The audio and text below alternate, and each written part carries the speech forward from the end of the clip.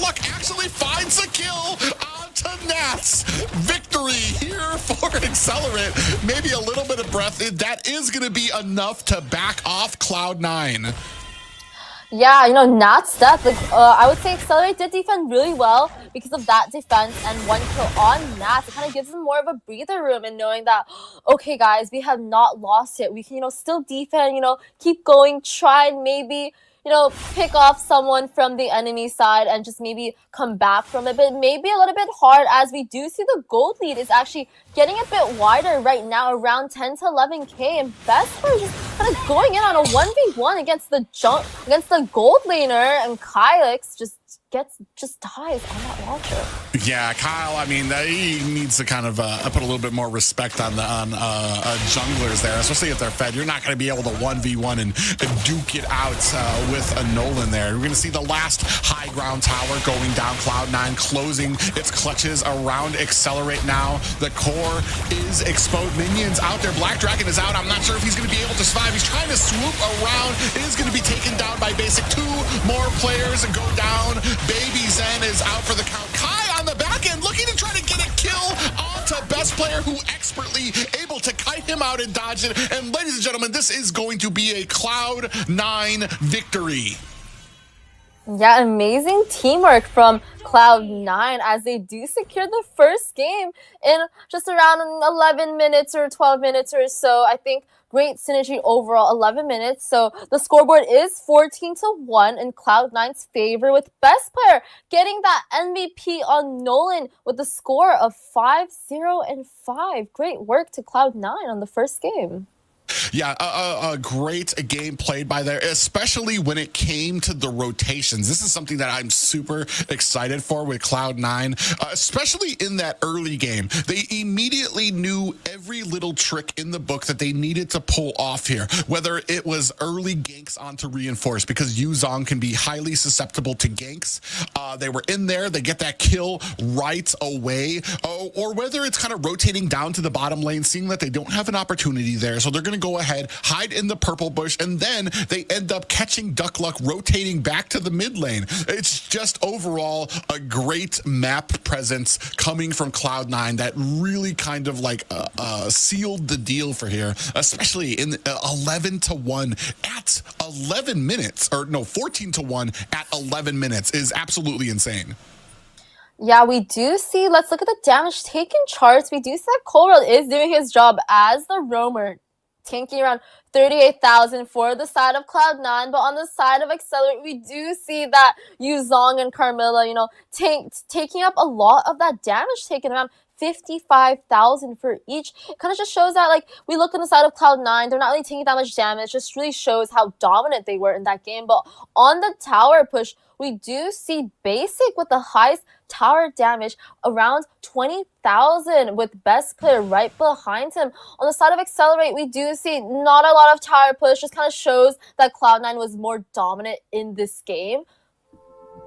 Yeah, and and you can see a little bit of a odd, I say it says 100%, but that's only one kill on the side of Excellerate. So that just kind of goes to the 3 people who were participating in that single kills. We take a look here at more stats here from the damage. The damage was almost tripled by the side of Cloud9 here, with 131,000 to the 57,000 coming out from Excellerate. Objectives, I mean, not a tower even scratched for the side of Cloud9, as they took down very much like clockwork and strategically took down all the towers and the cores and turtles, not even being able to test to contest. And here, MVP, Best Player.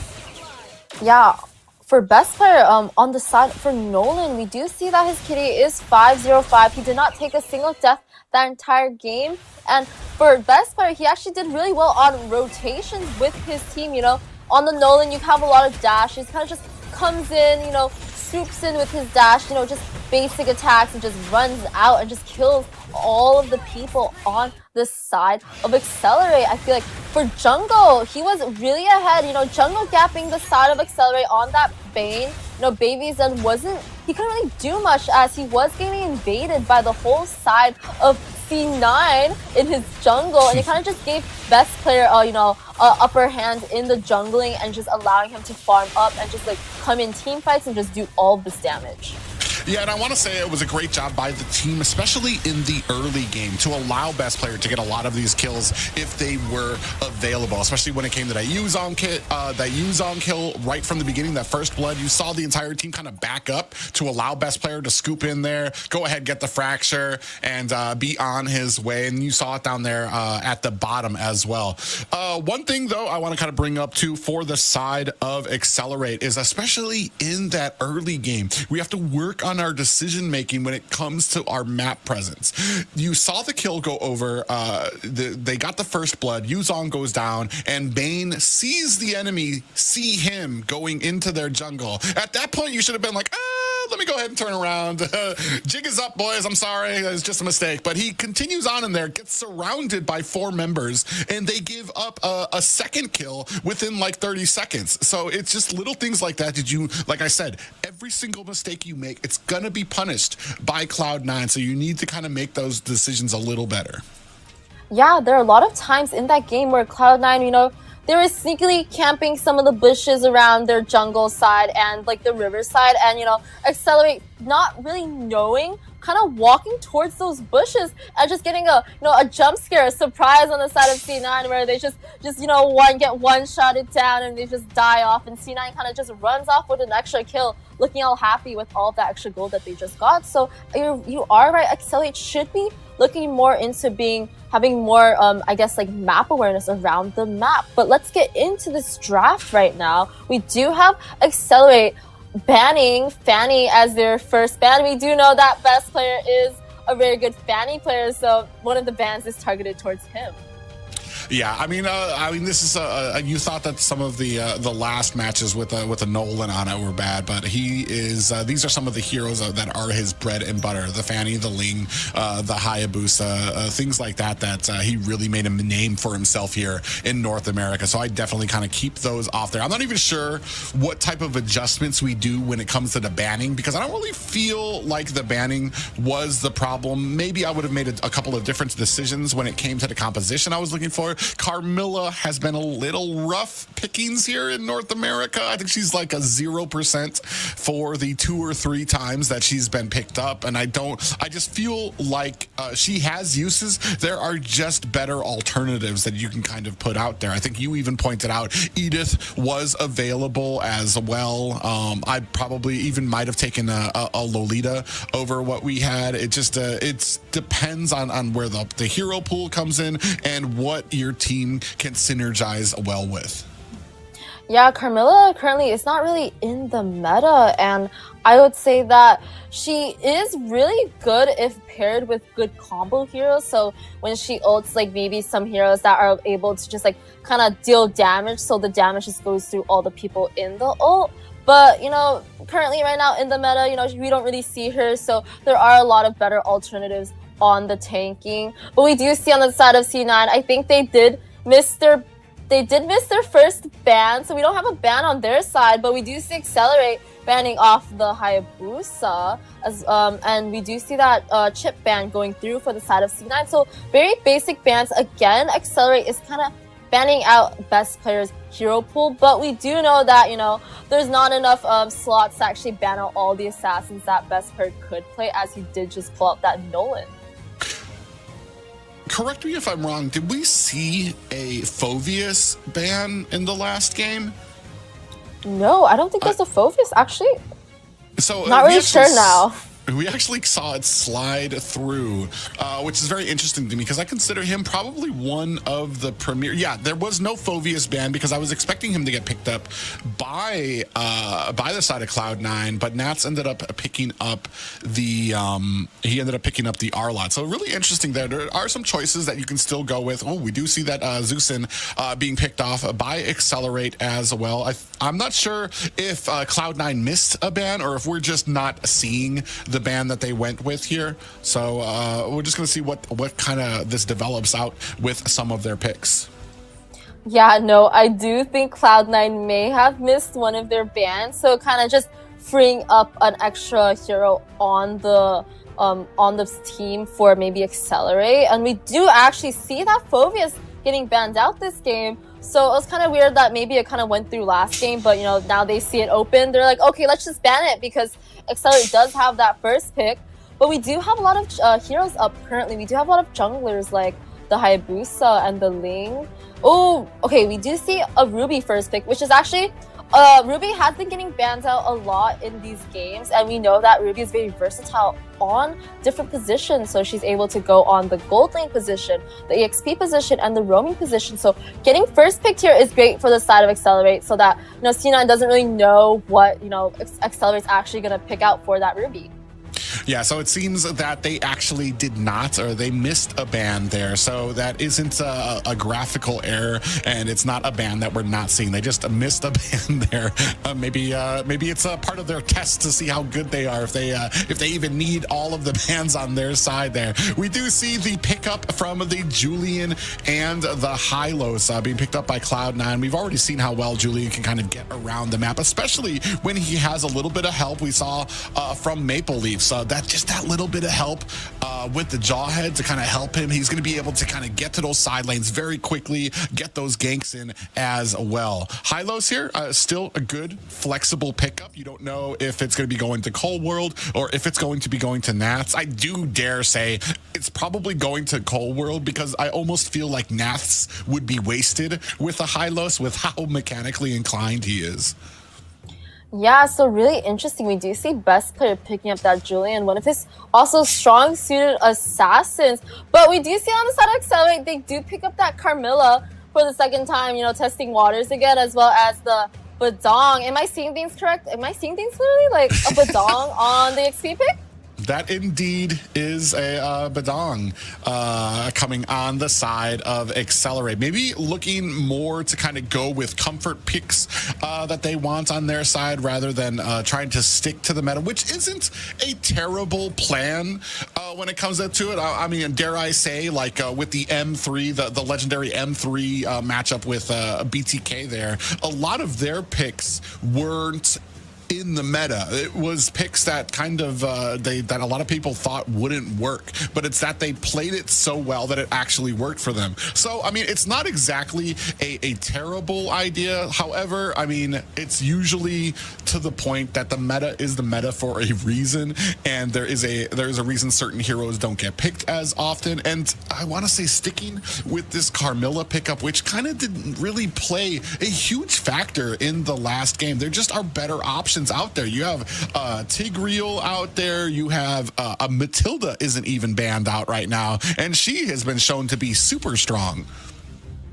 Yeah, so for the side of Excellerate, I'm really, I would say, not really liking the draft right now. I really did like that Ruby on the first pick, but I'm not really sure why they would pick out the Roam and the EXP right after. It kind of just gives away like what position each of these heroes are gonna go for. It'd been so much better if they actually picked up one of the mages earlier, or maybe the jungle, because now on the side of C9 they do ban off that Sicilian. Maybe it's something that Duckluck was looking to actually play, but now not getting a chance to. And the Badong could be also picked up a little bit later in the game, as Badong is really meta. So, C9 wouldn't really actually want to ban that hero out. So it'd be something that you can pick up later. So it's okay. It's a little bit shaky, but we do see that Excellerate has banned off that Roger. So possibly not wanting to see Basic on that Roger gold lane as he had played in last NACT. Well, I want to say the Roger pickup, especially from the last game that we saw, kind of shows Roger doesn't really shine in that gold lane anymore. I really feel like he's kind of situated and kind of planted himself in that jungle. If you're going to use him, he's really going to have to be used in the jungle. He really kind of favors trying to get ahead of other people, getting ahead of the enemy team when it comes to gold or experience out there as well. Moving on to the second banning phase here, Sicilian taken out again. Maybe this is something that they do commonly, the Carmilla and Sicilian connection that we haven't seen. I don't think I've ever seen it in the pro scene, is both of those characters together. So it would be kind of interesting. Fredrin taken off the field by Cloud9 as well. We're just waiting for that last ban to come in from Excellerate. Yeah, so Fredrin, a really interesting ban. We know that like this meta is the assassin meta and banning out of Fredgen, which is a tank.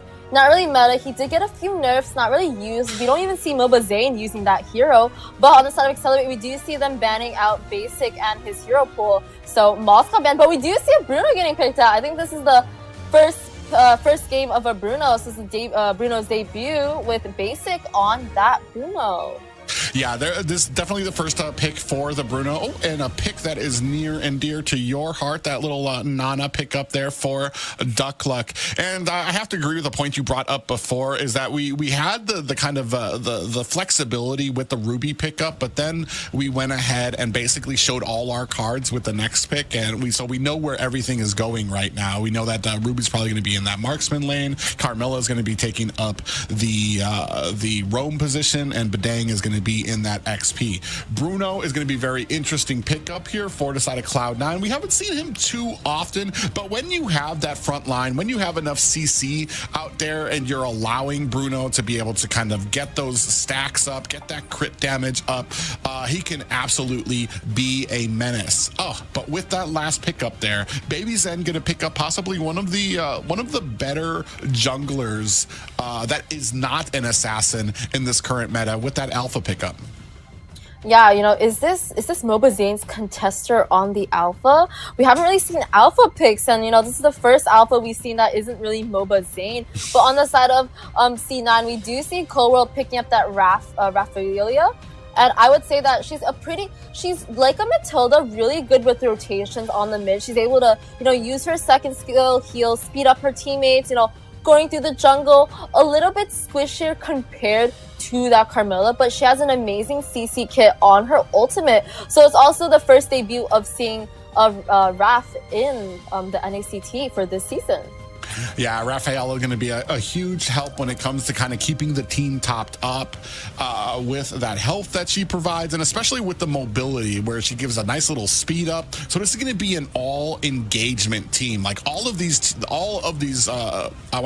composition for Cloud9 specializes in really like just honing in very quickly, finding somebody, jumping on them super quickly as well. And then when you have your escape too, you can have the Hylos there as well. But ladies and gentlemen, it is going to be game 2 of Excellerate taking on Cloud9. Excellerate desperately trying to make Cloud9 pay for the earlier victory they got over them. Yeah, looking into the drafts, we do see both sides are a little bit, unorthodox. We do see that Bruno pick as well as that Badong pick, but we do see Coldwell right now kind of pushing out Duck Luck from that lane, just, hitting him with that first skill. But we do see that Julian did clear faster than Baby Zen on that Alpha, which is surprising as Alpha's pretty fast at killing jungle. And just like that, they're going to make Tara pay for all of that forward momentum that they were trying to put. Baby Zen actually might be in a little bit of trouble here. You can see both Cloud9 members. Cold World actually takes a heap of damage. Best player going to turn around, now covered between 3 members. Baby Zen might be in a bad way. Duck Luck hesitant to kind of poke her face over there. Desperate, only able to watch her teammate get put down. It is 0-2 at the 1 minute mark. Yeah, again, just like last game, we did see that C9 did have a really big advantage with 2 kills on the board at around 1 minute. So we're seeing that again for this game. Rather than going for the Badong this time, they actually went for Baby Zen on the jungle. So it's kind of slowing down the Alpha's jungle speed, which is something that we should that they should kind of be wary of, as Alpha is an early game jungle, and he does need the early game speed and clear to be able to be what he's going to build up to as one of those heavy hitting early game junglers. Yeah, and that's going to be a very interesting to look at here. Duck Luck actually takes a lot of damage there, is going to be poked down, and passive has been removed. All the while, best player working on this first turtle. And now Cloud9 turns their attention to the orange buff. Baby Zen still able to grab it and snatch it up with that retribution. Yeah, right now we do see that Cloud9 did get that first turtle, a little bit not uncontested, but Baby Zen couldn't really do much, as we do see that best player is a bit ahead. And right now we see Coral and Marcuti kind of rotating together as a team, kind of putting on pressure to Baby Zen in the jungle, just like showing off their presence, telling them we're here in the jungle, you guys better be scared of us.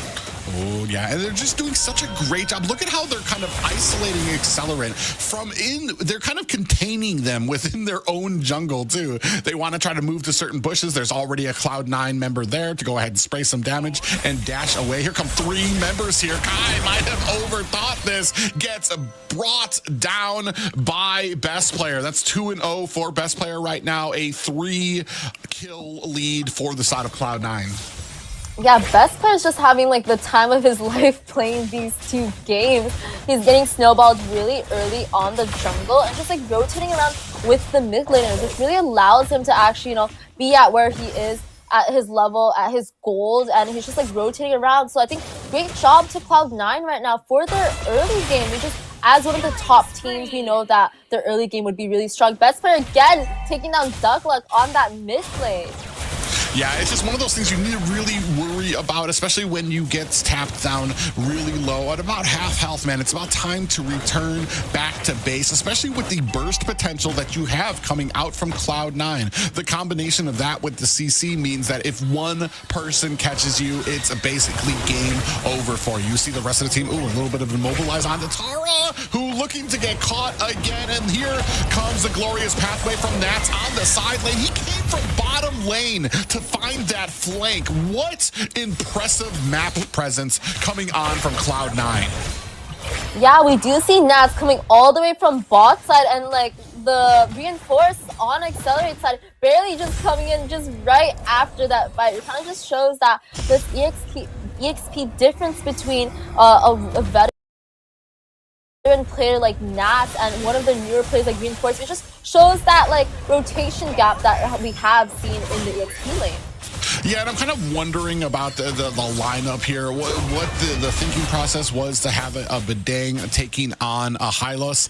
I mean, the only thing I can think of is Bedang can possibly get that Demon Hunter sword, can maybe start chunking down. Oh, Best Player actually gets CC'd down a little bit, is going to be able to find himself an escape. But Excellerate, look at how quickly they're being pushed back against their jungle. They're almost at the gates right now. Mid tower, not long for this world, as Cloud9 are going to be making short work of it. Yeah, just at 5 minutes, we do see the scoreboard being 0-5 in Cloud9's favor, and they are ahead in the gold by around 6k gold lead at just 5 minutes. So I think this gap was way bigger than we have seen last game. So it kind of just shows that Cloud9's kind of getting better at what they're doing, which is just dominating in these matches. Ooh, we do see a little bit of a problem for Reinforce. Is going to have to go ahead and try. He executes that flicker quickly to get out of harm's way from Cloud9. But look at it. We're already almost down to high ground towers at the 5-minute mark. Just like clockwork, Cloud9 knows exactly what they need to do, exactly where they need to be, and exactly what they can take here. Best Player, Mark Cutie. Oh, Baby Zen might be caught. Big pop up there. We have the Curse of Blood is out. Is it going to be enough? Glorious Pathway is out, and Baby Zen fighting for his life, but Best Player puts the finishing touches on another kill. 4 for this game already. Yeah, right now it's just 6 minutes in the game. We do see all of Cloud9 just 5-man stacking in Accelerate's jungle and just, walking together, getting objectives. Like, there's not really much for them to do. They are really ahead right now. They, the only things they can do is actually just push and try and, start up a team fight. And they know that they're going to win this team fight because they're all really ahead in gold. We can look at the scoreboard right now. Cloud9 with 23k in gold and Accelerate only 15k. This is just an amazing push here by Cloud9.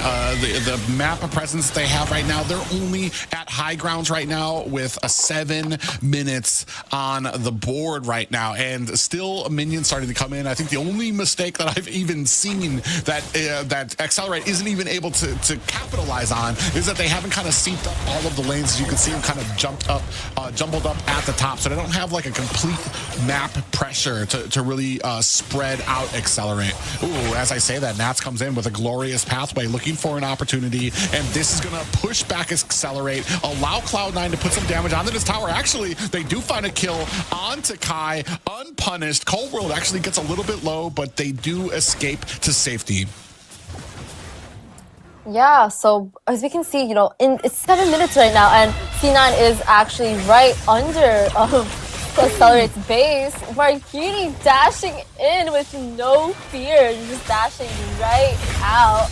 You know, I think that Cloud9 at this pace, they may end the game in around like 10 minutes. What do you think? Yeah, that's the crazy thing is Marcuti came in, he used the I'm offended, and flickered back outside of the base, snatching up one of Accelerate, using their own abilities almost better than they are right now. And now with 2 high grounds down, they're going to turn their attention, clean out the jungle, and move with the first Lord. And I'm not even sure that Accelerate is going to be able to last after this first Lord. Yeah, no, I'm thinking this game is just going to end in that 10-minute mark. A Lord at just 8:30 with Excellerate just defending for their lives. There's only 1 inhib tower up currently, and we do have 2 going down. So it may be a little bit hard for them to actually, you know, defend this next Lord and a 5-man push from Cloud9. But we will see what will happen.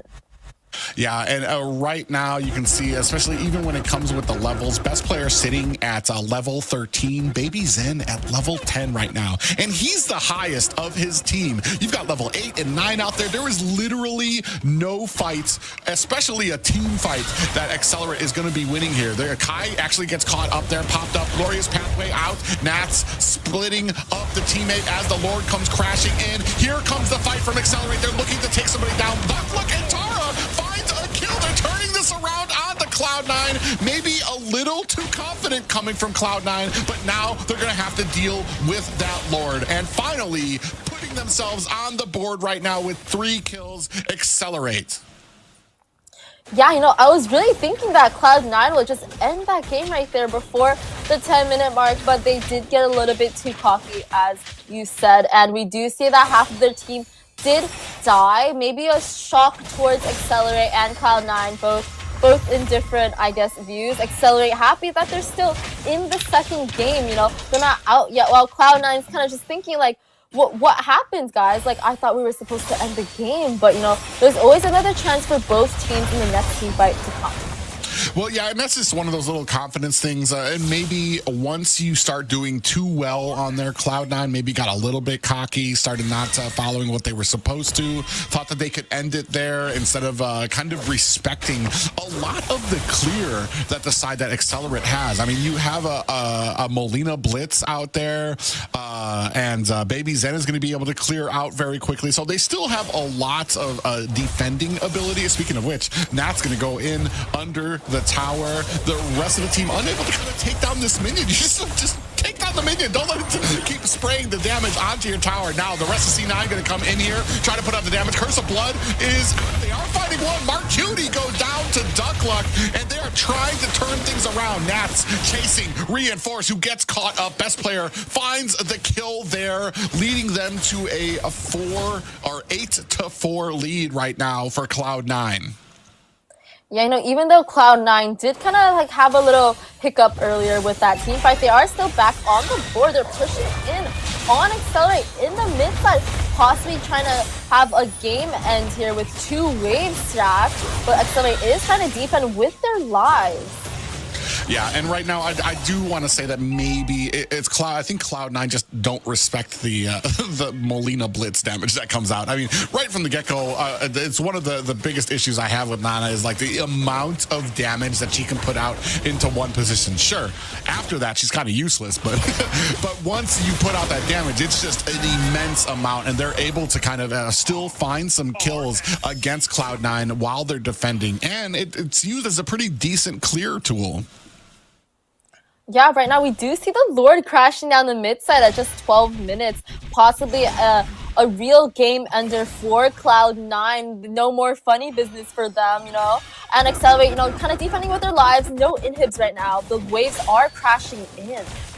Yeah, and this probably looking like the final push-up. Lord is out there. They're not trying to take any more chances here. Glorious Pathway coming out. Nats, Curse of Blood is out for both of these teams. You can see the damage coming out. Down goes baby Zentara, taking a down. Oh, best player gets taken out, so they're able to turn it around on two deaths apiece. But with the Lord crashing, that is going to be another clinical win for Cloud9.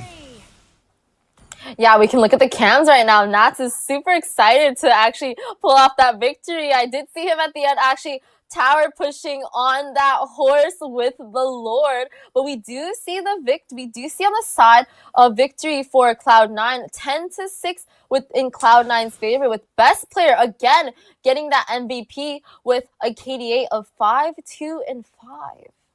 Yeah, really interesting there. It's actually kind of nice to see the team. Like I've seen before, a lot of teams can be very pressure. It's all serious mode. It's cool to see Cloud9 so comfortable, so confident. A lot of smiles on their faces. They get that next victory there as well. This time, a little bit of signs of life coming out from Excellerate as they're able to kind of bait in through a lot of these defenses. I want to say maybe not as great pushes coming out from Cloud9. They did get caught a few times. Even in that last push, they lost 2 members. Best player went down there as well, but eventually it was going to be the Lord doing the damage to it. As we take a look here at the damage dealt, best player with 40,000, almost 41,000 there, topping off anybody up there. Oh, but Duck Luck, this is what I was talking about. The damage that comes from the Nana kind of has to be respected. Even though it was only toward the end of the game, still got 46,000 over anybody on the team. Yeah, let's look at the damage taken stats. We do see Nats on the high-lows taking the most damage on his team at 61k, and best player actually taking more than Cold World on that Wrath with 50k damage. But no, we do see on the side of Excellerate, they do have that Ruby on the tank side. Actually, Gold Lane tanking the most, but here on the tower damage is where we see Basic shine with the tower push. He did push a good around 25k tower push, and on Accelerate side, we do see that a lot of the stats are 0, just really showing how much C9 had dominated Accelerate in that match, and just not letting them get any of their own towers, except actually pushing into Accelerate on all of their towers and base for that game. Yeah, an absolute clinic was put on by Cloud9. Same thing in the early game, catching those early rotations from the side of Excellerate. 2 unanswered kills in the first minute of the game. Cloud9 is showing that they are basically a machine. All of that practicing, the coaching, going to hard work here as we see some of the team stats here. Damage actually very not too much apart from each other, but the rest of the stats there tell the story. The objectives, 0-11. That was a basic steamroll again for Cloud9 here. Gold per minute, not spread far apart for both of the teams. This kind of just shows the synergy that you get from the teams that know their rotation, where they need to be, where they can catch people off, and another MVP for best player. Yeah, best player on the Julian, really showing up that, any assassin he goes on, it's just he will dominate on that position and role. We do see a lot of the times the team is going into invade, and as Nats is going, we do see best player, putting in that damage with his skill combo, and he kind of just rotates around with his team, with the mid laners, with Marcuti and with Cold World. Just kind of just shows this team synergy they have with each other, even though best player recently just joined the team of C9 and kind of has a language communication or barrier with his fellow Tagalog teammates, but kind of just still shows that he's still putting up the good work in the game. Yeah, and I have to wonder if maybe the communication error might have been the reason for some of these comebacks you see here. We do have an I'm Offended coming out there, the Curse of Blood, and then they lose 2 members here, Cloud9, so they have to skip past that last final push. But now, here, the final push there, it didn't matter who went down. The Lord was swinging away on the core.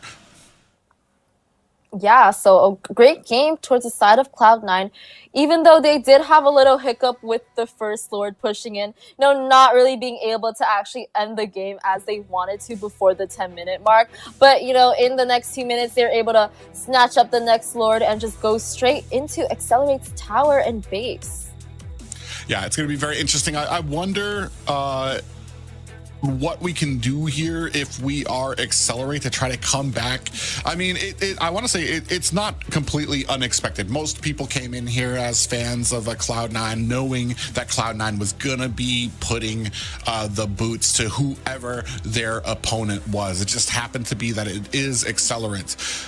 The one thing I kind of seeing, there were some signs of life there at the end of being able to kind of back up and kite away from this offensive push of Cloud9, especially underneath the towers where they were able to get a lot of CC out there, get a lot of damage and able to like back off Cloud9. But then there's also the story of some of these picks that might not be the most optimal to help out your teammates. Carmilla has been having issues. I haven't seen one instance, not just from this team, but with Carmilla in a composition where I'm just like, yeah, that made a difference for me, or that was the best pick for that scenario. Additionally, I mean, if you feel that you are outmatched, maybe it's time to go with some cheesy picks. Maybe get a little Hanabi and a Lolita out there. Maybe get you a little Johnson and a Odette out there or something. It just kind of depends. But I want to say where they're going right now with some of these picks, that they're just feel kind of random and out there and don't really kind of fit the entire mesh of the compositions that Excellerate is going for. Yeah, I wouldn't agree with you more. I think Accelerate, they really had a good start in the draft. But, just later on, it kind of fell when they picked out a lot of, unorthodox picks. But Dong, he didn't really do much in that game. He was getting rotation gapped by Nats on that Hylos, and it kind of just shows that, maybe they should start picking something new, something that, they're more comfortable with, and not something that's kind of making them lose the game. But we are getting it on the draft right now. We do see Excellerate again banning that Fanny. We do know best player has a mean, scary Fanny, so I would be banning that first too. But on the side of C9, they are banning that Alpha and Fredrin, kind of banning out their jungler on the side of Excellerate for Baby Zen, not giving him that Alpha again, and also banning that Fredrin. Maybe he's a really good Fredrin player, Mobazane 2.0 that they're trying to ban out. Interesting thing here is that they used to ban out Chip first, and I'm wondering if Excellerate is going to notice it before the end of the draft, that they kind of change things up on them. Because the first thing I always look at when I see something new banned out right at the beginning from a team, I'm like, what did they just leave open that they banned last time? All the bans now looking to target down Baby Zen, and still Chip out there as well, and the side of Accelerate can go ahead and focus down on best player.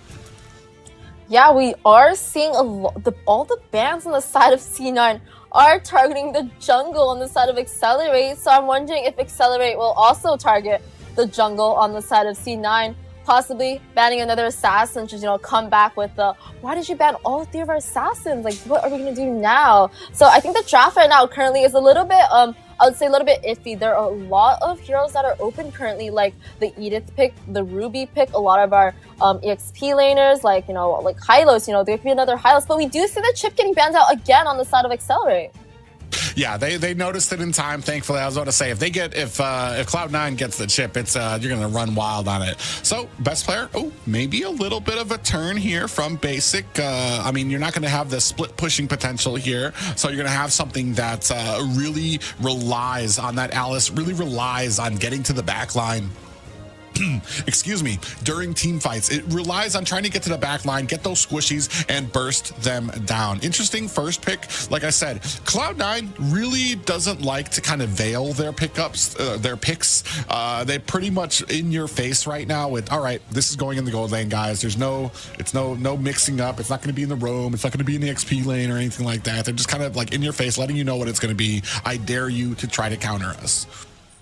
Yeah, I know that Alice pick is really interesting. First pick, there's so many other heroes in Champions Open, and I do think that Alice could be used on a lot of different lanes. Like, as we saw yesterday, we saw Zia using Alice on the gold lane, but we can also see this Alice getting picked up for possibly the EXP lane or the jungle lane, you know, best player on that Alice jungle. But on the side of Excellerate, we do see some interesting picks with Lapu for their EXP laner, something that we actually, this is the first debut of a Lapu and a Zushin. She kind of has not been picked as much currently, but I think this is the first game we actually do see her in game, as well as the Lapu. Yeah, really interesting thing here is I want to say that when it comes to Khalid, when it comes to that pick there, and okay. I'm just trying to get a grasp on the picks that I'm seeing coming out here right now. It's like you have this plane of like what the meta should be, what they should be going for, and then they go ahead, they throw a Balmon in there. So, and now it's going to be very interesting. In the XP lane, I want to say we're going to have a little bit of a problem for Reinforce because he does shine a little bit in the early game, but not as much as Naths is going to shine. And we've talked about it, I think me and you talked about it a little bit off air, that why Lapu has kind of fallen out of the meta recently is because he falls off. For everything he provides you in that early game, he falls off hard, like a ledge during that mid game. And it's going to be hard for them to kind of come back from that. Yeah, we do know that C9 has an immaculate early game where their mid laners are able to rotate together with the jungle and just harass the sides. And having that Lapu pick kind of, it's a little bit hard if the side of Excellerate doesn't really win that early game. It's kind of hard for Lapu to actually scale since Lapu's strong suit is in the early game once he gets his 4 and on that first turtle. But on the side of Excellerate, we do see another Carmilla pick. I'm really iffy about this. I'm also wondering if their roamer is just a one-trick Carmilla or not. There are a lot of other, you know, roamers that we could be picking, but we do see another Carmilla. So I just, you know, I will not say anything about it, but just a little skeptical about that. There are few things guaranteed in life. The sun will shine tomorrow. Death is certain, and Excellerate is going to go with a roam Carmilla. Those few guarantees that keep us comfortable and warm and cozy at night. Very interesting here. We see in the bans, Yusun Jin being taken off the board by Cloud9. Valentina off the board for Excellerate. It's going to be a very interesting here. Like, I can't even tell where some of these are going. Balmond, he does shine in the early game.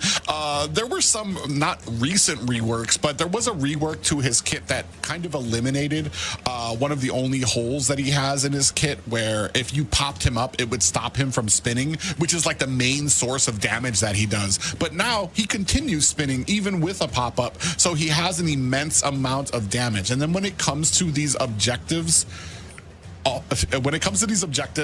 he's going to have the lethal counter there with the retribution, which means it's going to be very hard for the side of Excellerate to kind of contest any type of these objectives. And I shook my head because we saw Cloud9 a full frontal assault on any type of assassins or junglers that they think that Excellerate will play. Yeah, honestly, if I was Baby Zen on that jungle, I would be crying my shoes off right now with the 5-man jungle ban. He might be feeling a little bit like Moba Zane on that side, you know, getting his whole hero pool bans out. We do see that, you know, he's kind of debating on what he should be picking. There's not a lot of jungles open right now, you know, with that Balman's gone for the side of C9. He does pick up the Julian again, but as we said earlier about the Balman, really something that we don't see often. I think the last time I saw Balman was actually on the C9 team with Moba Zane picking it on the last NACT run for the last game, kind of bringing home their, you would say, a championship. But we do see Colworld picking up the Farsa and Marcuti picking up that Grok. Farsa, actually. I actually used to play Farsa a lot. A hero that isn't really used as much since there are a lot of it. It's really assassin meta, so she doesn't have much of a, she does have a bird to escape, but you know, most of the times a lot of the assassins kind of just chase her down, you know, when she's in her feathered airstrike. Most of the time she just stays there, like she cannot move and she might just get ganked, you know, or just like assassin jumping on her. It reminds me of one of the old games I cast in NACT. I think it was Ashley or Apple who had played Farja, and the enemy team chose like 3 assassins, including Hayabusa and Saber. And the entire time they were just targeting down the Farja. It didn't matter how many times that they had missed. You always had like a Saber coming in with the triple slash eventually, and it was a pretty bad and hysterical game. Here we're taking a look. I was actually kind of curious. The ultimate coming out from, or not the ultimate, but the CC that Zuxin can do to pick you up and put you in another position. Is that something that spreads on to 3 players under Carmilla's Curse of Blood ultimate? Because if so, this could be a very interesting little setup by the side of Excellerate. Yeah, no, great question. Honestly, I'm not sure myself. You will just have to see if that skill combo actually lands in this game. And looking at the lineups right now for the draft, like, what do you think? What's your favorite part about each of the drafts? Like, you know, what's your favorite draft?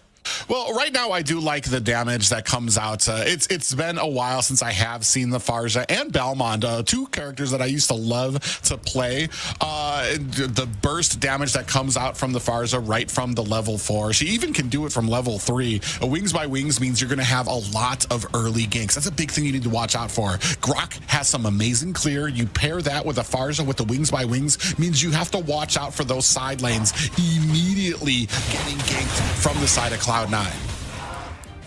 Yeah, we do see on the side of Cloud9, they did start their blue up, and Julian also as well. But, you know, Alice, you know, having a little bit slower clear, so Julian does get the upper hand on that clear. But we do see Mark Cutie on that mid rock, actually not the roamer this time, kind of invading on Baby Zen's jungle. Ooh, he just narrowly gets away. Tara, and this is what I'm talking about, Carmilla. Like, Carmilla just unable to do anything to even stop Mark Cutie up there. Tries to chase him down, is not going to be able to do anything there. Oh, basic. So it looks like the Balmond is going to be in the gold lane, which is a very interesting pick. I wonder what the plan is going for here. As you see Kai actually hammering down on him. Yeah, you know, I'm actually kind of a little bit surprised at this draft. It's kind of making me laugh a little bit. I do see Basic on the Bowen gold lane, and we do not see Cold on that Grok. We see Cold on that Farsa.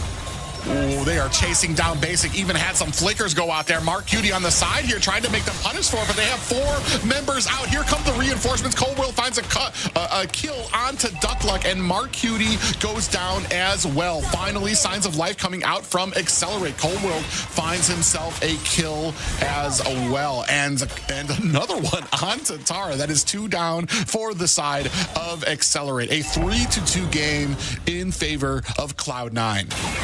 Yeah, you know, even after all that fight, you know, at the 2-minute mark, we should be seeing a little bit of a gold gap between each team. But right now, during this game, we do see that the gold is not that big between the both teams. Just you know, difference by a couple hundred. But we do see this turtle coming out, and we see Excellerate actually all positioned very well on this turtle, possibly getting their first turtle of the series.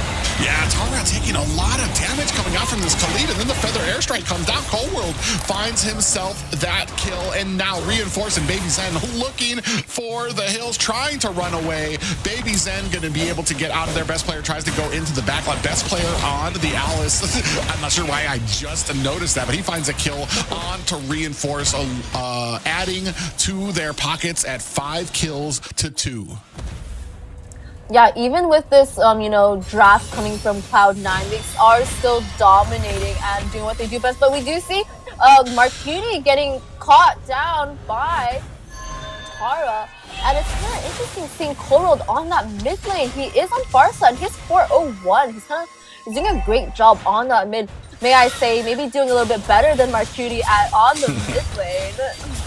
Oh, and just like that, look at the amount of damage that Excellerate is able to take. And this is going to be a first tower going over to Excellerate. So a great job by them. They are going to be able to find it. We do have a Curse of Blood on one player. Tara might have messed that up there. We have the Feathered Airstrike is going to burst down what is left of Excellerate. That is 2 down for their 7-3 lead for the side of Cloud9. They're not done yet. Mark Udy trying to look for another opportunity, but not able to find it.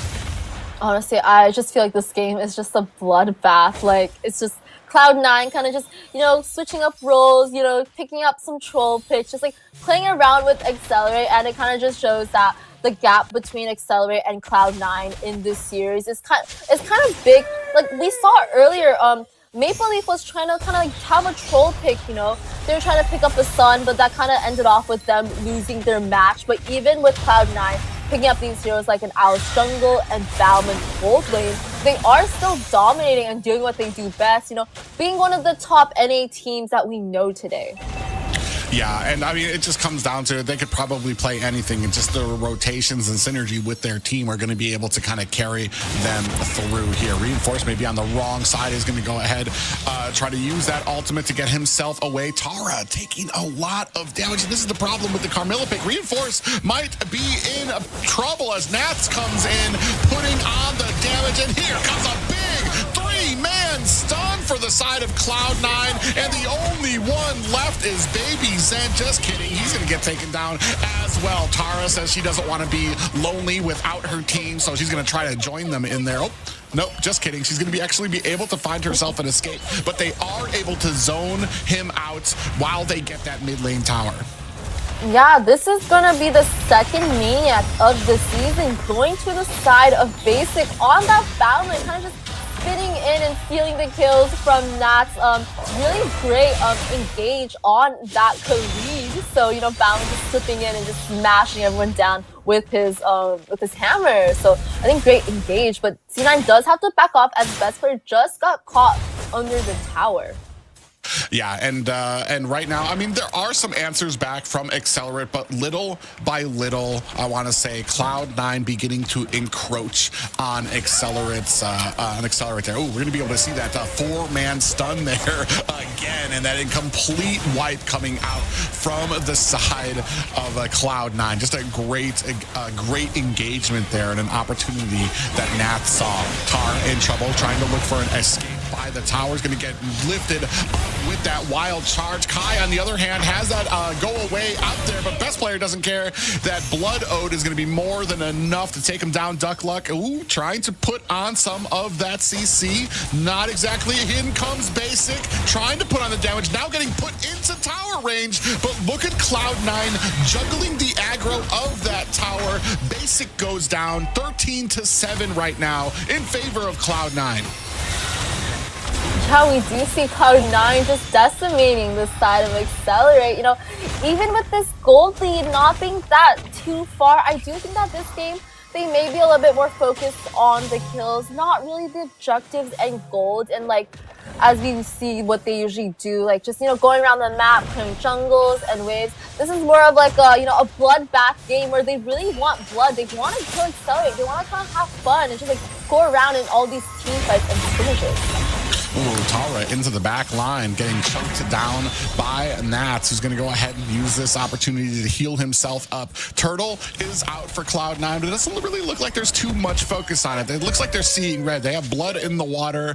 They have the taste for blood. Now they want to continue on with it. You can see on the side there, Basic cutting lane of Excellerate at the bottom lane. So that's going to make this a 4v4 at this Turtle fight. In fact, Nats, they're just baiting out this Turtle. They want the fight here. They want Excellerate to try to jump in so they can try to come in from here. Basic surrounding tower. The blood, the Curse of Blood is out. Is it going to be enough? They're still not able to really take advantage of it. Best player's going to go ahead and scoop up that retribution onto the Lord. The rest of Excellerate running for the hills. Nats finds himself a stun. Kai getting taken down by Cutie, and best player deep into the back lines. Duck Luck might not have any luck left after this as they are trying to put the boots to her. Actually finding themselves a kill. Cutie might not be long for this fight, and down goes Baby Zen. Best player finds the final kill onto Ducklick, and it's 3 players down for Excellerate, keeping on this confusion and this chaos at the gates of Excellerate. Yeah, no, we thought that Marquini actually died. No, but actually Marquini did survive with 1 HP, but we do see Best playing going down as he kind of, engaged a little bit too deep by himself on that Alice and just meeting an end to the Alice. But we do see C9 at 8 minutes. They are going into the inhibs of the side of Excellerate. Excellerate, they can't really do much, but the gold lead right now has jumped from earlier, as I did see the gold lead was around 1K, but the gold lead now is around 5K, so Excellerate a little bit behind, can't really do much. I would say they kind of have to just keep at their base, be careful of the heroes like Farsa with her long range, and just try and farm up and wait for C9 to actually engage on them. Because if Tara kind of engages on C9, it might cause a problem where the team might not be able to follow up, and they might just all die in a team fight. Yeah, I was just about to say that there were some interesting pickups out here. Tara, I mean, flashing out there. There's really not much that can be done here. It's not as big of a lead that we have seen from Cloud9 at this point, but it's still a lead that is huge and pretty hard to come back from, unless you're looking at Cloud9 to make any huge mistakes. Basic kind of running up the kills right now, sitting at 9, 3, and 4. Nats with the great support, sitting at 0, 1, and 11, doing some great amounts of sets. Yeah, we do see at the 10-minute mark, C9 is going to go for their first Lord, so possibly trying to close out the game at the maybe 11-minute mark with this Lord. Hopefully not doing a same mistake as last game. Ooh! Look at that, a big wild charge followed up by the Raging Sandstorm, followed up by the Feather Airstrike. That is gonna be a huge and complete team wipe for Cloud9. Now they're just waiting on minions, hoping the minions can get there before the 14 seconds so they can clean this up in about sub 12 minutes. Yeah, that was, Nats just dying to the base, to the fountain actually, but C9 will be closing this game out with their 3rd win at 11 minutes.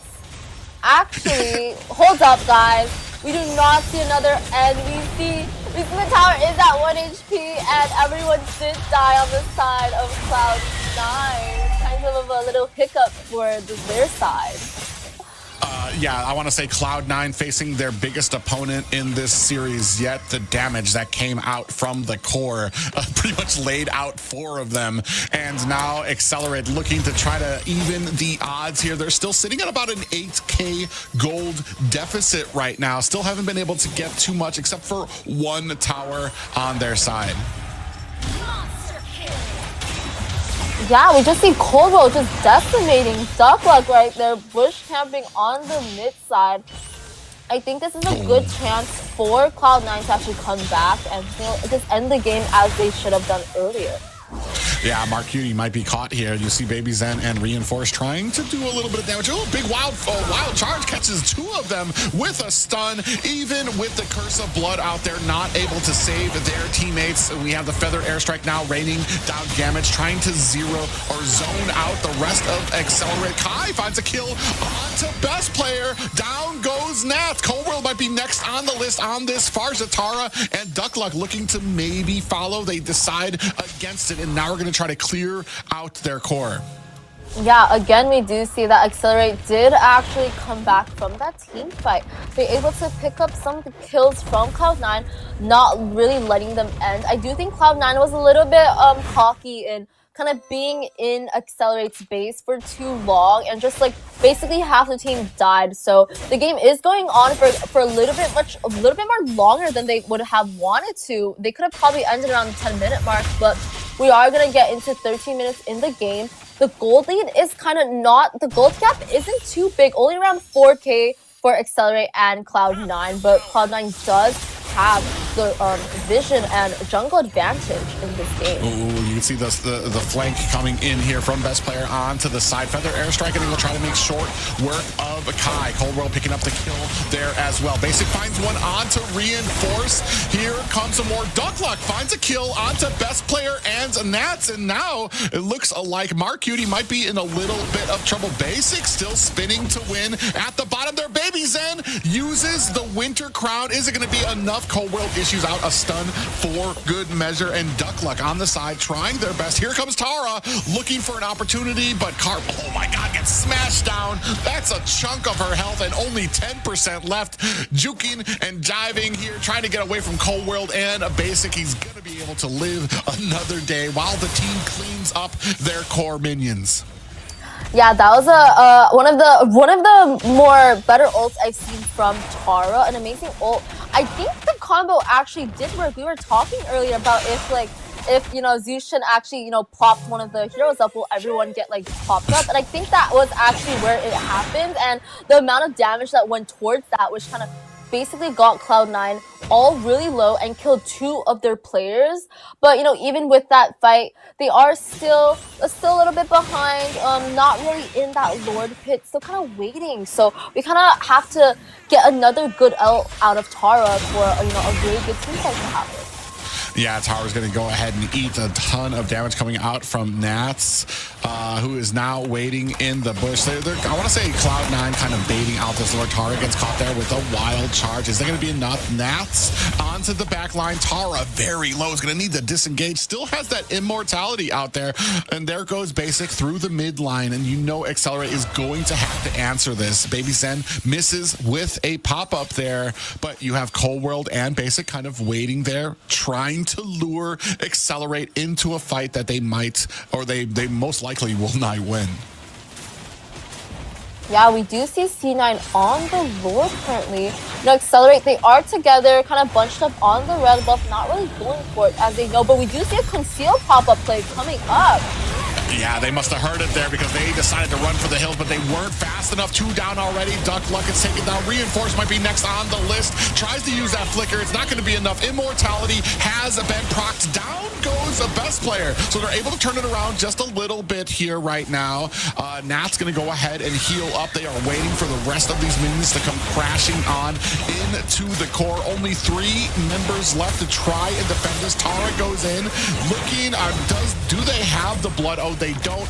Immortality proc for Tara. Spinning to win is Basic. That's another kill for the side of Cloud9. Out comes the feathered airstrike. Down goes Baby Zen, and this is going to be all she wrote. I think this time we have it right. Cloud9 going to go end this 3rd game.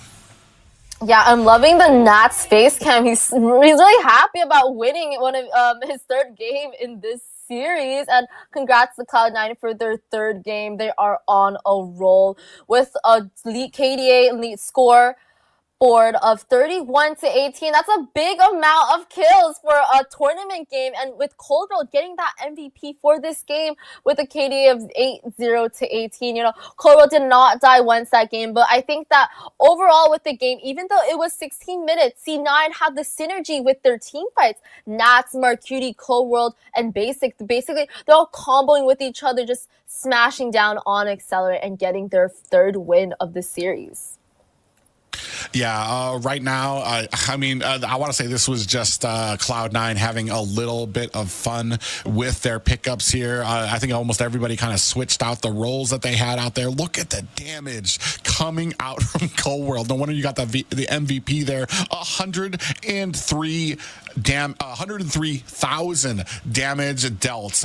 Twice the amount of the highest damage on the opposite team. Yeah, just looking at Cold World's damage, but we can look at the damage taken charts. We do see Carmilla on the side of Accelerate leading with the most damage taken at 166,000 damage. But on the side of Cloud9, we do see the damage taken was split between 4 of the heroes, as each player had taken around 100,000 plus damage. So it's really interesting, as we see Cold World actually being the only one at 30k damage taken, just showing how far Farsa could be at the back and just, just sitting there, not really taking in that damage and letting her team actually do all the work for her in the damage taken charts. Yeah, it's basically textbook how you're supposed to play that Farza, is kind of keep that distance, use that wings by wings to help you rotate or kite out the enemy even more. Did a great job there by Cold World, but man, 31 to 18 is just chaos on the map right there. And I want to say a better handle on it was Cloud9, because they know their rotations, they know where they need to be or how to protect their teammates a little better, and we're able to kind of reinforce that.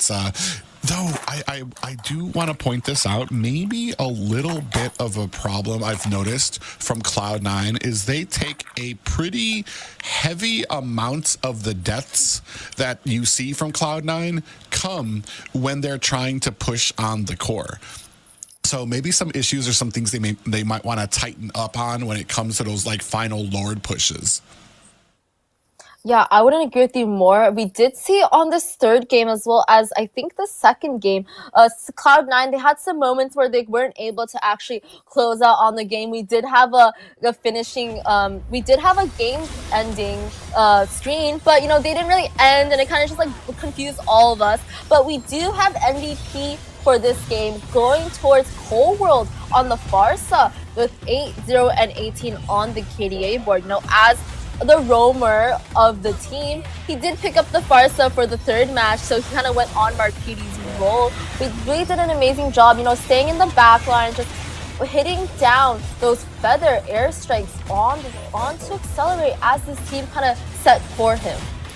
Yeah, that's really amazing too. He was able to kind of keep that distance here. You can see, I mean, all those feathered airstrikes where there was like no chance of the enemy even being able to come close to him. So, and then you see a lot of these engagements, especially Nats. The big thing here, I want to say a huge story here for Cloud9 is the setting potential from Nats that we've been seeing, where he can find 3-4 members, even being able to find the flanking position from the enemy jungle.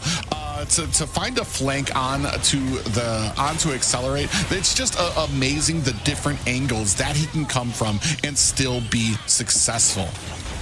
Yeah, I think in a lot of these games, we do see that the synergy is there in C9, as the ults coming from Marquetti and Nats with their flicker, as well as Basic coming in just to steal those kills at the end, and Kobo just putting down the feathered airstrike damage as safety measures. So I think overall, C9 has a great synergy with each other, and it's really exciting to see Cold World not on the roam position, but actually on the mage position for this game. Yeah, a very satisfying couple of wins here for Cloud9. Accelerate still, they still have some things to kind of work out. This love affair that they have with Carmilla, I mean, it's just, maybe it's kind of due to like a hero pool problem that they're not able to find some of these other roams that I think might fit the playstyle a little bit better. I just have... I want to say I just have the Carmilla can be a little bit of an issue when it comes to that early game, or you've only basically got a CC. We saw right from the early game too, Grok able to get away with like no health, and Carmilla even burst through on that speed boost and still was not able to chase him down. So there's just, I want to say there's kind of maybe a few better picks that we can maybe go from, and that's something that maybe Accelerate might want to consider when it comes to some of the next games or even some of the future games they have in the next coming weeks. Yeah, I think Excellerate on that Carmilla, I think they did better on the third game than the first two. Carmilla was putting in the work with her ults, and the damage on her team was going through with the ult. But, picking Carmilla every game kind of doesn't really help out the team, as it kind of just like, shows the other teams like what they can play on that roam. So if a team bans Carmilla, like what are they going to play? But we do have player fun facts, and on the side of Cloud9, we do have it for best player 1. He is a jungle role. His favorite hero is Fanny. His favorite player is actually Gosu General. Really interesting. One of his old leaders. His favorite hobby is MLBB. That is very interview-like, very textbook-like.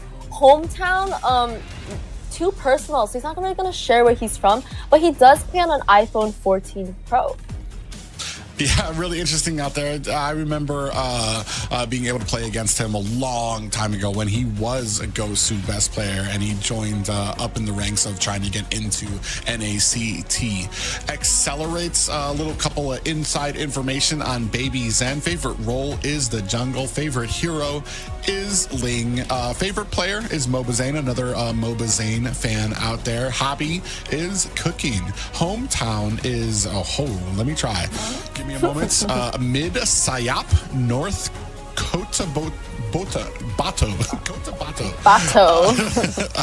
I know I butchered that up. I apologize.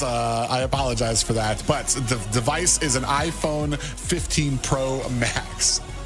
Yeah, so I found it really interesting that best player was, his favorite person or player is Gosu General, and we do know that was his old squad leader, and sadly Gosu General is not in the tournament, or he has actually not been in the NACT scene for a while. He has been keeping busy, so it's really nice that he's shouting out his old leader. So I hope General is watching, seeing all of this shout out. But we are going to be back in the draft for the last and final game of Excellerate versus C9, and in the drafting pool we kind of already are in. We do see some of the older picks from a lot of the bans from earlier. We do see the Fanny ban coming from Excellerate, Phovius and Arlaw, as well as C9 banning out the Carmilla and Chip. So the Carmilla ban is really funny. We do know Excellerate has been playing Carmilla every single game, so it's just banning out just for them. So they're like, oh, okay, we're gonna ban this out. Let's see what else you can play on that roam position. I was literally about to make a comment about this. I'm like, the only way I see them not using Carmilla is if Cloud9 ban it out, and it's kind of like them saying, come on, we're gonna help you out. We're gonna take Carmilla off the table. We know you got something else you can put out there. Let's go. We're gonna help you help yourselves here to pick another roam out there to hopefully have maybe a little better success with it there. Pretty standard bans that we've been seeing. Nats, we're going to go ahead, take him away from that R-Lot pick as well, and go ahead very quickly scoop up this Ling pick. Yeah, we do see Accelerate. Actually, this is the first time we're going to be seeing a Ling picked in the game. I think he has been open for all 3 games. I'm really surprised that actually best player hasn't picked up the Ling. I know that's one of his stronger suited gold junglers actually, but on the side of C9 we do see them picking up an Angela and Chow. So I do think that Angela is going towards the mid side and the Chow is on the roam. But we're not really sure, as both these heroes can be picked around, Chow on the EXP, Angela on the roam, reversed around. So it's really interesting coming from C9 with a new draft for their team. Yeah, it's going to be something interesting here. I want to say even the Angela pickup, maybe kind of to try to take away that potential Angeling combo that we used to see when it came to a lot of these successful jungle pickups. Duckluck going to be going on something a little bit more, I want to say, comfortable for her with this Kagura pickup. But like we said, right now, Accelerates, there's really not much to lose on the table right now. So maybe just sticking with something that's a little bit more familiar, maybe that you guys excel on. Maybe that's not in the meta, might be the choice that you should go with. Argus next picked up for Reinforce. Reinforce, he has been picking a lot of unorthodox EXP laners, so it kind of makes me think are these some of his stronger suited EXP laners, or he's just picking it for fun? I'm gonna go with it's his global title heroes, just to make this a little bit more fun. But we do see on the side of C9 they did pick up a Harith again. We're not really sure where Harith would go in this lineup, as we can see Harith in the gold lane, so somewhere where basic shines the best with Harith, or they could be changing things around, putting Harith on the mid lane. But I do like this combo of Angela and Harith, giving Harith that extra shield when he is in a team fight and just jumping around on the side on Accelerate. Yeah, I'm wondering if with this matchup we're going to go with a more traditional lineup like we have with the first two games, or if they're kind of looking to kind of spread their wings like they did with the very last match that we saw, where everybody was kind of playing different roles that they don't traditionally play as well. As we're moving into the second banning phase, Kaja taken off the board for the side of Cloud9, and Hayabusa isolated as a next ban for the side of Excellerate. Yeah, so we are seeing that Accelerate. They are still banning out best player's hero pool, I would say, and his assassins. But on the side of C9, we do see that they are banning off a lot of the roamers. So kind of just like last game, they were banning out all of Baby Zen's jungle heroes. But for this game, we do see a 5 ban on that roam position. So kind of doesn't let Tara pick up what he could be good at, and it kind of doesn't give him a lot of options on the roaming side. But we do have like a lot of roamers still open, such as Edith. Okay, guys, wait, hold up. We do see a Natalia, first time Natalia for this series. Yeah, really interesting pickup there.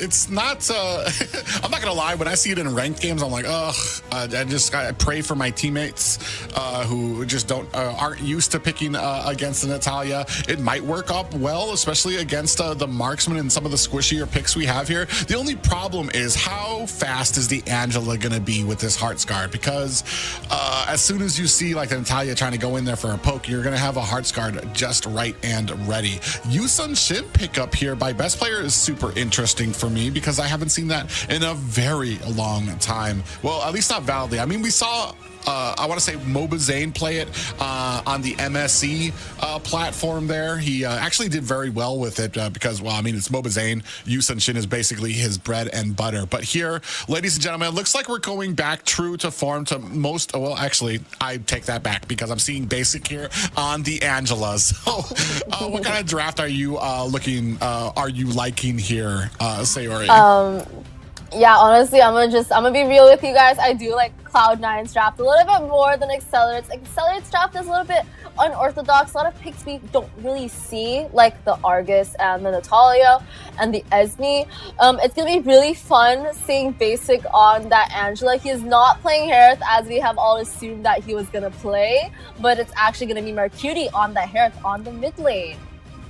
Yeah, ladies and gentlemen, this will be the last match game of the night. It is Cloud9 taking on Excellerate, and Excellerate have struggled as of yet to find any type of wear in the armor of Cloud9. Will this match be any different? Yeah, no, we do see on both sides they are starting up the blue buff. Nat's kind of just, invading Babies and kind of giving him a little bit scared, being like, I'm here. Okay, but we do see Nat's on the roam. A lot of the positions have been swapped this game. So we do see Cold on the EXP, Basic on that mid, Nat's on the roam, and Marcuti on that gold lane. But best player is still sticking and staying to his jungle role. Yeah, it's going to be really interesting to see what we have here. You have the Umbrella out there. The one thing I want to say about the Kagura pick is it can be a very slippery pick up to. Ooh, Nat's just chasing down Tara. Not going to go ahead and let them escape there. And that's just kind of the value you get. I mean, this is something I really wanted to see too, especially with how mechanically inclined that Nats is. Definitely like to see him on some of those heroes that can really, I want to say, raise the ceiling when it comes to that. Ooh, see, and then I was just talking about the slipperiness of Kagura using that umbrella escape to get away from Nats. Yeah, Kagura's doing a great job right now on the mid side, kind of just like, taking the minions out, doing damage, just getting out with her skill. The best player is gonna drop down an ultimate on the enemy, kind of showing off the positions of everyone. Also, a great counter against heroes like Natalia, where she kind of needs to stay invisible, but with that worldwide ult, she kind of just gets, shown on the map. So not really good for Natalia players.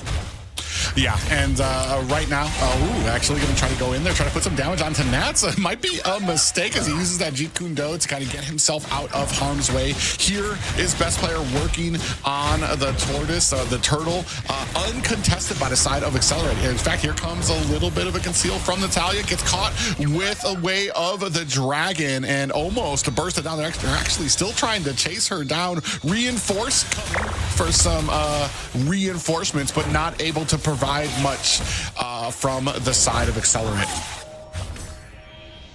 Yeah, we do see on the side of Excellerate, we do see that the SME is actually doing a pretty good job against that Herrick, but no, NACT is going to come in on that Chow and get that first blood with the way of the Dragon King. Yeah, I mean, it was, oh my gosh, what a great play there from the side of Excellerate. Going to go ahead and dive in there, even with the Tempest of Blades, to get himself back out of harm's way. But man, can we talk about the speed of Nats to clear from the mid all the way to the top to find that kill onto Esmeralda? That was just amazing to watch. Duck Luck now getting torn apart, and in comes Kai, might be next on the chopping block. Anyways, as you said, we do see that in the early game. It is 3 minutes in, and we do have a 10k gold on the side of Cloud9, kind of 1k gold ahead of Excellerate, and they did just get the first turtle, so we know that they are kind of in the lead, but we do see there is a lot of map pressure on Mercury in the gold lane side, but we do see Nas kind of jumping in, kind of going to help him, knowing that, yeah, there is a team right there. Let me come help you real quick. But Kagura is actually coming up to the top side. Yeah, they come up for the rotation, but they see that Nats is in a good position to already spot them out, so they're going to have to disengage as well. Actually going to go ahead, land some damage onto Nats. Tarek trying to get chased down there as well. 1-3 right now. I want to say a much calmer game than we've had from the last 3. Cloud9 in a superior position here right now. 2k gold lead for them. Yeah, honestly, this game is kind of going on like the first 3 games. And Cloud9 is having an advantage, like even with a lot of their picks. Oh, we do see Reinforce actually getting Basic on the Angela. You know, Basic not really doing too hot on that Angela with 0-2. But as I was saying, even with these picks coming from Cloud9, they still are holding on. Oh, what some great synergy coming out of Excellerate to be able to kind of burst down Cold World underneath the tower. Speaking of which, here comes Nats, and that's going to be a first tower going over to Excellerate. So some small signs of life showing up for the NACT newbies. And with that, best player getting chased down, does have the Hearts Guard there. We do see the Tempest of Blades coming out. Best player gets bursted down by Baby Zen, but powerless to watch as Reinforce actually getting taken down very low by Nats and maybe baited into a fight he might not want. Duck Luck goes in, just barely misses Coldwell. Gonna have to use that umbrella escape, but it is not enough as Basic finds the finishing touches there. A 5-4 lead for Cloud9. Yeah, we do see Excellerate. They are kind of coming back into the game, kind of showing off like, oh, we are not done yet. On the last game, showing signs of life, we do see Baby Zen actually doing pretty well on the Zing. He is 2-0 on the Zing, kind of matching up with best player. And the gold is kind of, we can look at the gold right now, you know, even though he is 1k behind, you know, we can still see that Excellerate might do something with their teammates that they have. Oh, yeah, Tara is going to be getting eaten alive here. Mark Hudi trying to chase them down and going to get the finishing touches on there. Here comes the Yin Yang Overture. Duck Luck with the flame shot, able to take down Nats. What a cheeky little play, but able to find the kill, raising this to an 8-6 lead for Cloud9. Yeah, that Kagura play was insane. I did not see that coming. I thought maybe like she would just ult and just like back off, but no, she was ready to go back in after that flame shot and get Nats without, you know, him knowing that he's gonna die right then and there. But we do have another turtle coming up. This is gonna be the last turtle for the game. Not really sure if Excellerate really wants to contest this, but we do see Basic ulting Mark Hudi, but kind of giving him a little bit more shield than he should be getting, as they do have an Esme, but Esme does go down. You know, Mark Hudi fairly surviving with a sliver of health and a lot of shield. Yeah, I want to say when it comes to kind of like the counters that are out there, it's really interesting to see how Excellerate kind of managed that. You had Mark Cutie's going to trying to back off basic, use the hard guard. Oh, speaking of which, Duck Luck, I'm actually getting in trouble. There's Nats and the side of best player able to clean up the job there. But yeah, putting that hearts guard onto somebody with an Esmeralda in their face, maybe not the best decision there. Oh, and speaking of which, Kai gonna burst it down by the 3 members of Cloud9. Yeah, we see 6 minutes in the game. Cloud9 is dominating the side of Excellerate in towers and kills. But we do see on the bot side actually that the Argus has been doing his job. He has been split pushing, so they have gotten 2 of the towers down on the bot side. So it's good for him on the HP. Ooh, but going down. Oh yeah, Baby Zen tries to contend with it. Duck Luck might be in a little bit of trouble. I missed falling, a falling Star Moon hit from Kai, goes wide, and it's not going to be able to punish Cloud9. Now sitting at a 13-6 lead right now with just over a 4K gold lead. Yeah, we do see the side of Cloud9. They are pushing in. If I was Excellerate, I would not be going out that far like Kylie on the Esmeralda, but kind of just staying back with my team, as we do see that we do have a 6K gold gap at around 8 minutes. So there's not really much that they can do. But I do think that Excellerate, if they are coming together, communicating, sticking with the Natalia, they might be able to pick off a kill and get Oh, and just like that, Baby Zen sensed blood in the water, but got baited into an engagement and taken down alongside Duck Luck. At the top off screen, we see that reinforced, looking for the split push, gets found out by best player and Naths. Yeah, this game isn't looking too hot for Excellerate. We do see Cloud9 pushing it on that bot side, possibly trying to end with this 1 minion and a dream. No, they cannot. They should be backing off from this. But no, Mark Cutie actually goes back in. Yeah, should be backing off. Here comes the Tempest of Blade. Mark Cutie actually gets taken down very low. Here come the lane minions for the mid side, looking for another kill. Reinforced deep into the back line. Even with that ultimate, is it going to be enough to save him? It is not. Best player puts the finishing touches out there. Down goes Duck Luck. Baby Zen might be the next one on the docket, but is able to get back to the safety of their core. Yeah, we do see Tara trying to elongate that mid tower by clearing the minions, but no, he does have to back as best player chases him, but no, best player almost going down. No, best player just comes out right there out of that fight. I do think that heart guard from basic, from the Angela, actually saved the YSS from that impeccable boom from a death that he was gonna get. But let's play right now. He is 12-1 on that YSS, dominating the whole entire game. Really spreading his wings, now sitting at 13-1 is a best player, putting on a clinic for this Yusun Shin. And now minions coming down at the bottom, minions at mid. Oh, very quickly able to take down Duck Luck, not even able to react, is it? As best player has the hearts guard, this is going to be possibly the final moments of the core, and that, ladies and gentlemen, is going to be a clean sweep for Cloud9 with 4 victories. Yeah, nothing expected from Cloud9. We did all expect them to, have a clean sweep, as, this is one of NA's top teams, and kind of a new lineup. So kind of just shows how much of an impact they have, even just swapping around roles, they're able to do what they do best, that is winning. So we do see Cloud9 winning with 25 kills on the board against Excellerate with 7.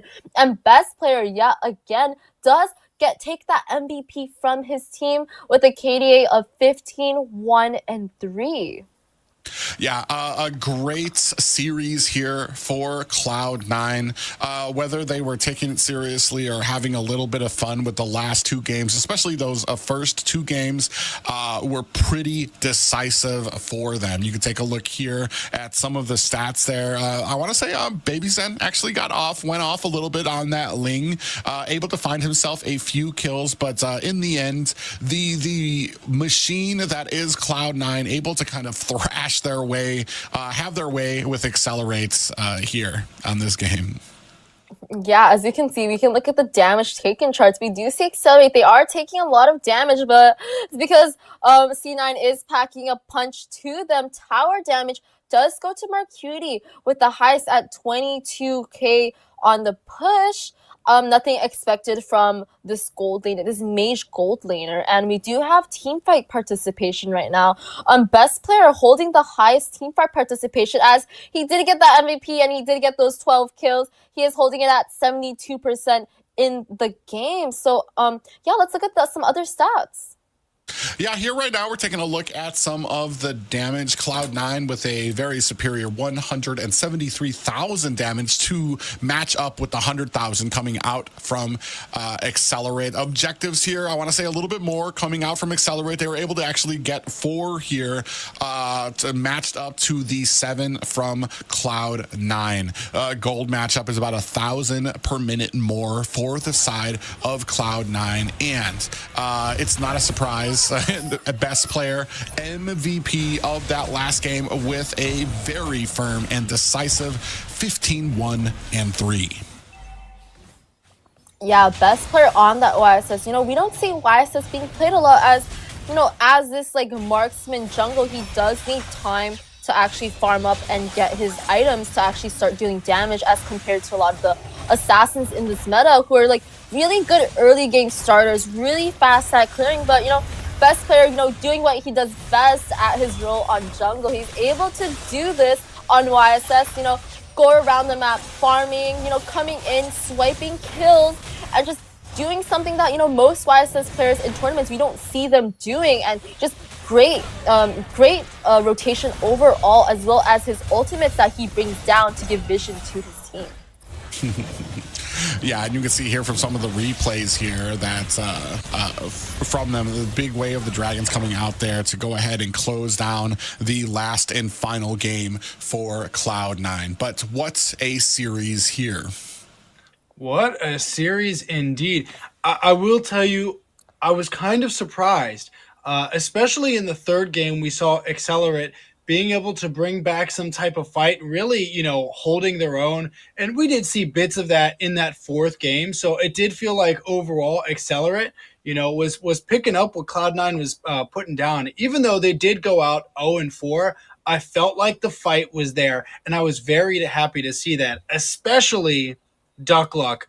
A few times I saw Duck Luck doing Sayori type things, and she was making some stuff happen. I was flabbergasted. Yeah, there was even that one spot where she was able to get a yin yang overture, and I thought she was done. I'm like, all right, well, it didn't work out. All's well that ends well, and then went in with a flame shot as well. Well, it's no surprise, ladies and gentlemen, the winner of that series going to be Cloud9, a very decisive 4 games victory for them.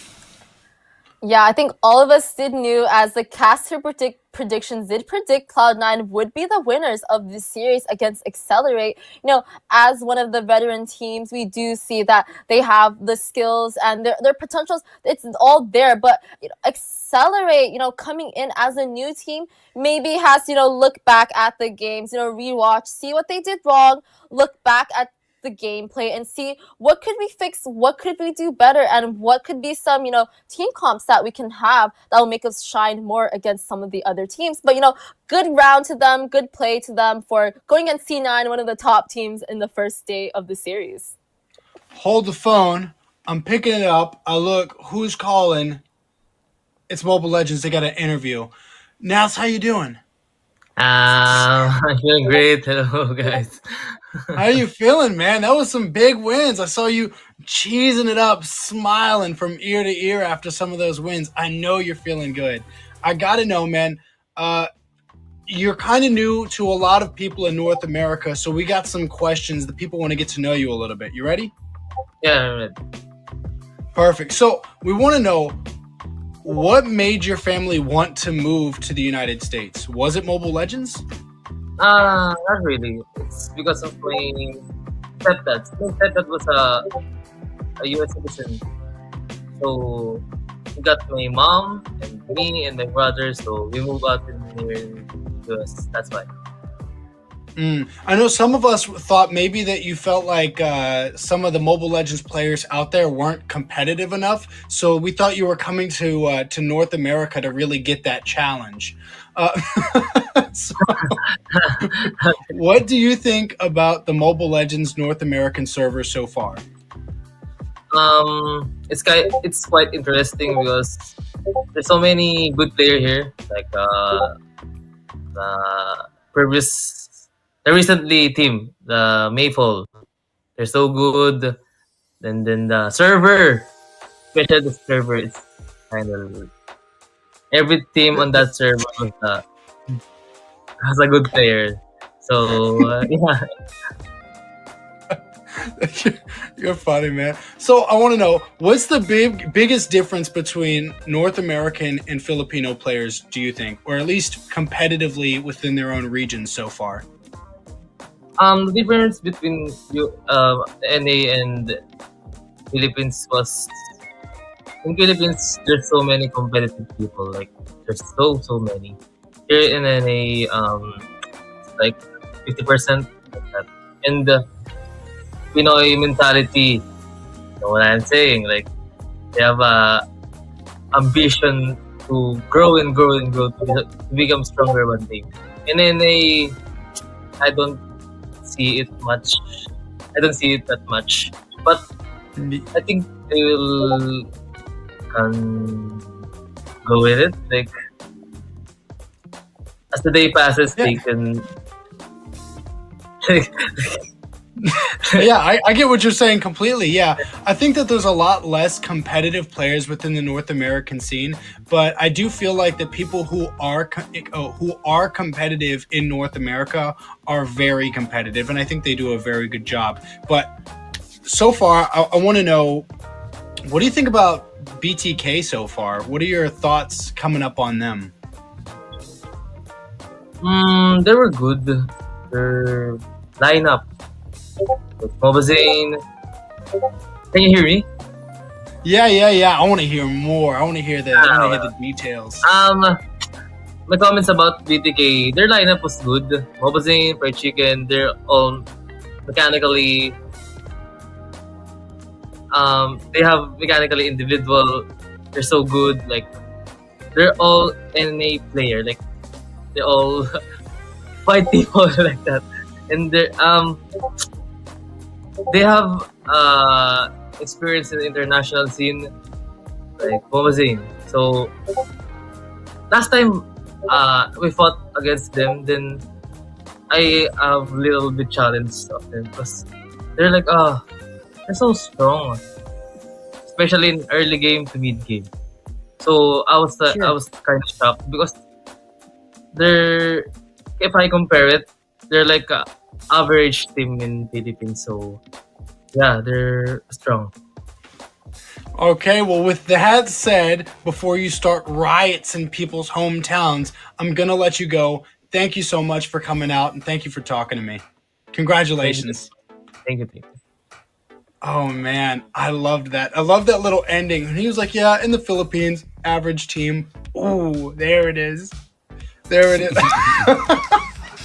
Well, there have been some comparisons made on what the differences usually are when it comes to North American Philippine teams. I think I just recently had an interview with Midnight where he talked about the differences where NA can usually be a little kill hungry when it comes to stuff, while Philippines can be a little bit more focused on a lot of those objectives when it comes to fights. So it's really interesting, and it's been something that brought the Philippines a lot of success. So. Absolutely. Yeah, I'm really interested on Nat's take about NA and what he thinks, as we all know that he just kind of, imported, he came from RSG, kind of got signed by C9, is on the team right now. The new roster is going to be really interesting seeing someone all the way from Philippines, playing in a whole different region than us in NA, bring his own, tactics, skills on the EXP into the NA region and really showing us like what a EXP laner should be doing. So I do want to hear your guys' hot take on this as well. Nath's very good EXP, but North America has some really good EXPs as well. Historically speaking, we've got Fried Chicken, we've got Yureshi. How do you feel like he stacks up against them in your own opinions?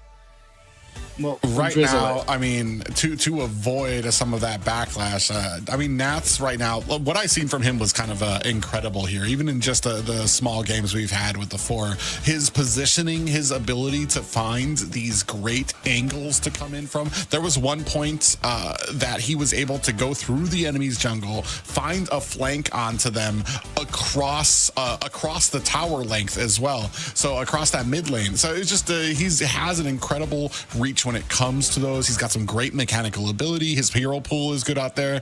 I want to say the next highest person I could even put up there is Fried Chicken, and we'll have to see how both of these guys stack up against each other, possibly in the future.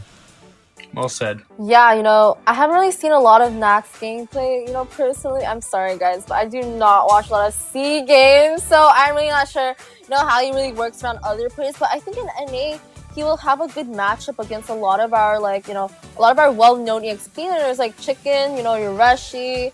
I really do think Chicken, like you said, Chicken's like one of the best EXP laners in NA also. So I think he would do a really good job at matching up with Nats, and it's gonna be really interesting seeing the game of BTK and C9. Yeah, there's a lot of really cool matchups that are to come. And speaking of, let's see what we've got for next week. We've got Cloud9 going up against Excellerate. Go ahead. I'm sorry. These are the ones that we just had. Cloud9 taking on Excellerate, and this is going to move us on to next week's exciting matches that I know everybody is going to be rooting for. Cloud9 taking on BTK to happen next week. I'm only sad that I won't be around to cast for those, but I'll be watching with every one of you as well. Godspeed will be taking on Moonlight Club Maple Leaf. Excellerate will be taking on Gosu Night Horde, and the last minute will be taking on Overskilled. Yeah, like you said, I'm really sad. Both of us will not be here next week for the game of Cloud9 versus BTK. Dang it, this cast is going to have so much fun with that match. But a lot of the other games are, I would say, close matchups to each other, as we did see Godspeed and Maple Leaf do really well in their series. So it's going to be a good thing to see a lot of these top teams also matching up against each other, as well as a lot of the teams that did lose their games, but will be matched up with players on their own level. Right, and on the first day, we're going to see Excellerate going up against Gosu Night Horde, with the second match of the day going to be Cloud9 versus BTK. Both are going to be absolutely excellent matchups based off of what we saw yesterday as well as today. And I'm extremely excited to see how this is going to unravel. Yeah, I know everybody's kind of panting away, counting the days before Cloud9 takes on BTK. I want to say it's the grudge match that everybody's waiting to see. Once upon a time, Cloud9 or Mobazane was part of Cloud9, decided to split ways there, bring back what many are calling BTK Prime, and we're going to see if the stacked deck that Cloud9 has, the coaching, the professional organization, the NPL player from the Philippines, if all of that is going to be able to match up well against the BTK boys. Yeah, every season we do see a lot of the top teams going against each other, BTK and C9, but this time we will be seeing them, matched up a little bit earlier. So I think that's gonna be a really exciting game to watch. So, everyone stay tuned for next week of NACT. With that being said, we are going to close out. Thank you to all the viewers for coming out and watching. Our two casters here did a fantastic job. Big W's in the chat for them. We appreciate you guys. We love you guys, and we'll see you guys next time. Bye, guys.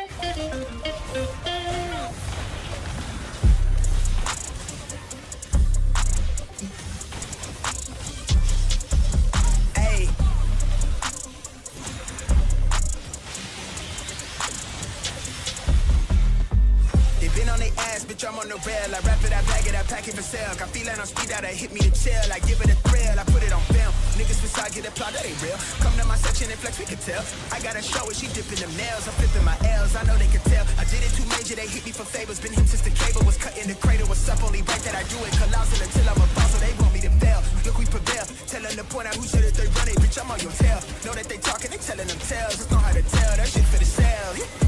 Hey, they talk like they got it, but they need to stop it. I'm leading with logic, my heartbeat is frosted. I seen they got optics, I need it from Shorty. She mean with the top and it's obvious. They need him a target, I'm dodging in darts, make her reach for the stars. I'm jumping, I'm forcing the punt off the runs. I'm moving with caution, I'm saucing my nigga is nothing. From nothing to something they'll never be. Tycooning, I'm Jay with the thizzle face. I'm nothing my section has ever seen. Run the ice so I'm touch, I don't need a screen. I'm Curry, I switch it from 30 deep. Do the pen and the pad like it's surgery. She the curve at you just to flirt with me. Fully tucked off, but the jewels out. I just sent her home with a full mouth. I'm a rare breed when the moon out. I'ma stop playing by the rules now. I been ran plays, need a new route. Queen said she needs space in a new house. Mom told me that she pray for the kid every day. No wonder I'm getting paid for the tunes now. I'm on the rail, I wrap it, I bag it, I pack it for sale. Got feet out, I speed out, I hit me to chill. I give it a thrill, I put it on. Niggas for shock, get applaud, that ain't real. Come to my section and flex, we can tell.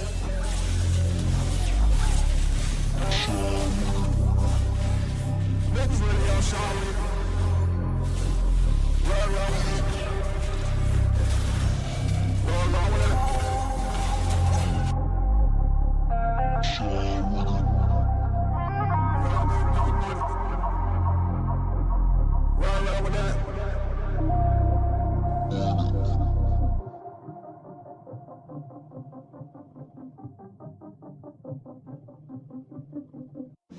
This is me, I'm so royal, and you all wanna be round. Yeah, you all wanna be round. Round a champion, a champion. I got tons of soul on my true collect.